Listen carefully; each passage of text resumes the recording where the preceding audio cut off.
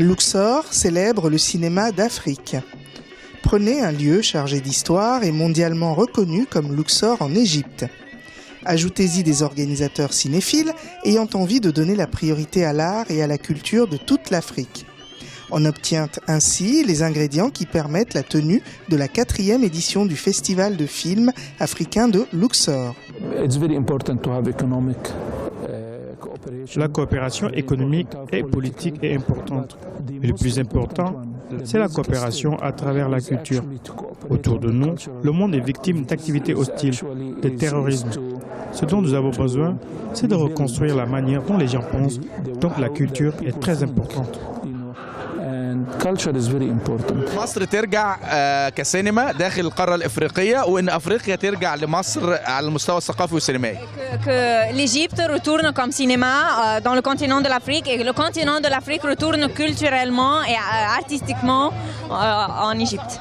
Ouvert en grande pompe sur le Nil et au temple de Karnak, en présence de nombreux professionnels du 7e art, le LAF, comme on l'appelle, est déjà une référence en matière de cinéma. Avec près de 60 films qui seront en compétition dans 5 catégories.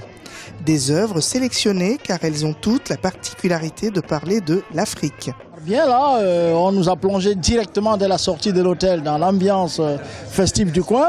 Moi j'ai connu Luxor il y a plusieurs années avec ma famille et puis c'était pas la même fête. Là c'est la fête et puis je retrouve Éric Eboiné qui non seulement est un compatriote, est un ami mais qui a joué dans un de mes films. On va batailler parce qu'on fait partie du même jury et on a des goûts différents donc ça va être très dur. Oh ça je suis sûr qu'on va y arriver et que Éric Eboiné se dira mon réalisateur a peut-être plus raison que moi de choisir tel ou tel film. Il y a beaucoup d'Africains qui vivent en Tunisie, des étudiants, des travailleurs, des banquiers, de tout, vraiment. Il y a et on a envie parfois de les impliquer dans des histoires et on a envie de raconter comment vivent ces Africains. Et c'est l'essence même de ce festival qui se veut un carrefour d'échanges et un lien entre l'Égypte et le continent mère.